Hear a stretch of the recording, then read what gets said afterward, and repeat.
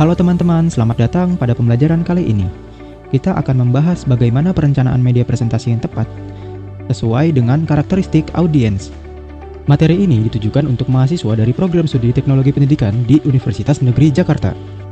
Setelah mempelajari materi ini, kalian diharapkan dapat menjelaskan langkah-langkah dalam perencanaan media presentasi berdasarkan tujuan pembelajarannya. Materi ini meliputi ukuran kelompok, usia, latar belakang pendidikan, sosioekonomi, serta kepercayaan, sikap, dan prasangka. Oke, sekarang kita memasuki materi yang pertama, yaitu materi ukuran kelompok. Coba kalian perhatikan gambar ini. Terlihat jelas perbedaan suasana presentasi pada kelompok kecil dan kelompok besar. Pernahkah kalian merasa sebuah presentasi terasa sangat hidup saat dilakukan dalam kelompok kecil, tetapi menjadi kaku dan satu arah ketika di hadapan banyak orang? Mengapa hal itu bisa terjadi? Nah, jawabannya itu terletak pada bagaimana kita memahami ukuran kelompok audiens di dalam sebuah presentasi. Menurut Onong Uciana Effendi dalam bukunya Ilmu Komunikasi, Teori dan Praktek tahun 2003, ukuran audiens adalah jumlah orang yang menjadi pendengar dalam suatu presentasi. Menurut ilmu komunikasi, ukuran ini tuh sangat mempengaruhi cara interaksi dan efektivitas komunikasi. Nah, jadi di sini audiens itu dapat dibedakan menjadi kelompok kecil dan kelompok besar. Kelompok kecil itu biasanya terdiri dari jumlah peserta yang relatif sedikit sehingga memungkinkan terjadinya interaksi langsung antara presenter dan audiens. Dalam situasi ini, komunikasi cenderung bersifat dua arah, di mana audiens dapat dengan mudah memberikan tanggapan, bertanya, dan berdiskusi. Sedangkan kelompok besar, efektivitas itu sangat bergantung pada kemampuan presenternya dalam mengelola perhatian audiens, kelancaran informasi, serta menggunakan strategi komunikasi yang tepat agar pesan tetap tersampaikan dengan baik. Oke, jadi yang selanjutnya ada materi usia. Pernahkah kalian merasa materi yang sama bisa sangat menarik bagi satu kelompok usia, tetapi terasa membosankan bagi kelompok usia lainnya? Dan mengapa hal itu bisa terjadi? Jawabannya tentu ada pada bagaimana kita memahami karakteristik usia audiens. Menurut Onong Uciana Effendi dalam bukunya Ilmu Komunikasi, Teori dan Praktek tahun 2003, audiens berdasarkan usia merupakan salah satu aspek penting dalam menciptakan presentasi yang efektif, karena setiap kelompok usia memiliki karakteristik, tingkat pemahaman, serta cara menerima informasi yang berbeda-beda. Audiens usia umumnya itu dibagi ke dalam beberapa kategori seperti anak-anak, remaja, dewasa, hingga usia lanjut. Nah, perbedaan ini itu mempengaruhi cara berpikir, pengalaman, serta kebutuhan informasi dari masing-masing audiens. Nah, audiens dalam presentasi tidak hanya dibedakan berdasarkan ukuran kelompok, tapi juga berdasarkan usia, karena setiap tahap usia itu memiliki karakteristik dan cara memahami informasi yang berbeda-beda.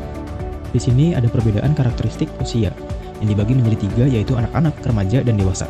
Pada usia anak-anak, penyampaian materi perlu dibuat sederhana, konkret, dan menarik, misalnya dengan menggunakan gambar, cerita, atau ilustrasi visual. Interaksi juga perlu lebih aktif agar mereka tetap fokus. Pada usia remaja, pendekatan yang digunakan bisa lebih variatif dan interaktif, seperti diskusi ringan, contoh yang relevan dengan kehidupan sehari-hari, serta penggunaan media digital agar lebih menarik dan mudah dipahami. Dan terakhir, pada usia dewasa, penyampaian materi cenderung lebih sistematis, logis, dan berdasarkan kebutuhan. Mereka lebih fokus pada isi dan manfaat materi, sehingga presenter perlu menyampaikan informasi secara jelas, terstruktur, dan relevan dengan pengalaman atau konteks nyata. Dan yang selanjutnya, ada materi latar belakang. Apakah kalian pernah menjelaskan sesuatu dengan penuh semangat, tetapi penonton terlihat bingung atau justru merasa bosan? Nah, bisa jadi masalahnya bukan pada materinya, tetapi pada perbedaan latar belakang pendidikan penontonnya. Latar belakang pendidikan itu mempengaruhi cara seseorang memahami informasi dan tingkat kedalaman berpikirnya. Dalam kajian komunikasi pendidikan, audiens dengan tingkat pendidikan yang berbeda-beda itu memiliki kebutuhan dan karakteristik yang berbeda-beda dalam menerima pesan. Menurut Del Hassam, dalam psikologi pendidikan, proses belajar dan pemahaman seseorang sangat dipengaruhi oleh pengetahuan awal atau prior knowledge yang umumnya diperoleh melalui pendidikan formal, yang artinya semakin tinggi pendidikan, semakin kompleks juga pemahamannya. Di sini ada perbedaan karakteristik audiens yang dibagi menjadi tiga, yaitu pendidikan dasar, pendidikan menengah, dan pendidikan tinggi. Di pendidikan dasar biasanya itu menggunakan bahasa sederhana, contoh konkret, dan menghindari abstraksi. Dan di pendidikan menengah, mulai menggunakan istilah spesifik dan penjelasan lebih kompleks. Dan yang terakhir, pendidikan tinggi itu mulai memakai analitis dan kritis, dan berbasis teori, data, dan argumen. Oke, yang selanjutnya ada materi sosioekonomi. Nah, apakah semua peserta didik memiliki akses yang sama terhadap media pembelajaran seperti presentasi efektif yang kita gunakan sekarang? Jadi, jawabannya tidak. Karena perbedaan latar belakang sosial ekonomi menyebabkan perbedaan akses terhadap teknologi dan sumber belajar, sehingga media itu harus dipilih secara inklusif. Oke, sekarang kita memahami faktor sosial ekonomi dalam pembelajaran. Nah, faktor sosial ekonomi berkaitan dengan kondisi ekonomi, lingkungan sosial, serta akses peserta didik terhadap sumber belajar seperti perangkat teknologi, internet, dan bahan pembelajaran.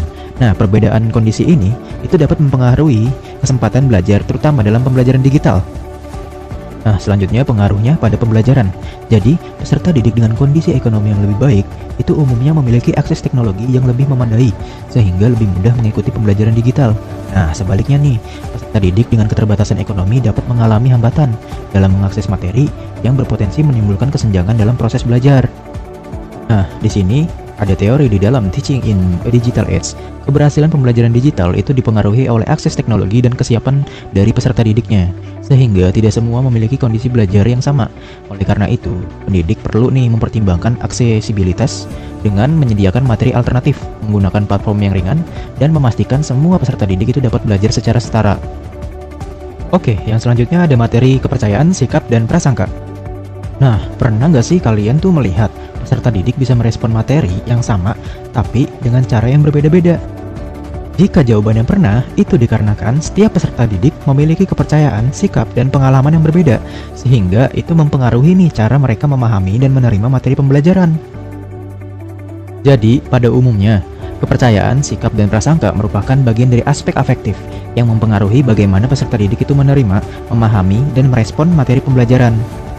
Dan setiap peserta didik memiliki latar belakang budaya, nilai, dan pengalaman yang berbeda, sehingga interpretasi terhadap suatu materi juga dapat berbeda nih.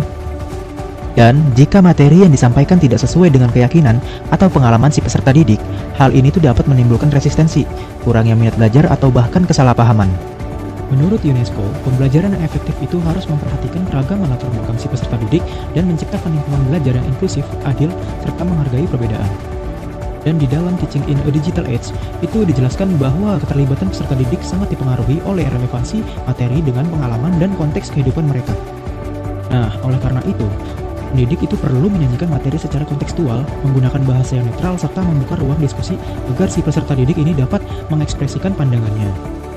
Sebagai penutup pada bagian ini, yuk kerjakan kuis singkat di akhir materi untuk mengetahui sejauh mana pemahaman kalian.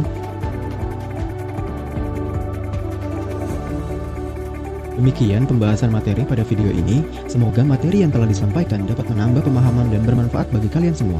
Terima kasih atas perhatian dan partisipasinya. Sampai jumpa pada pembelajaran berikutnya.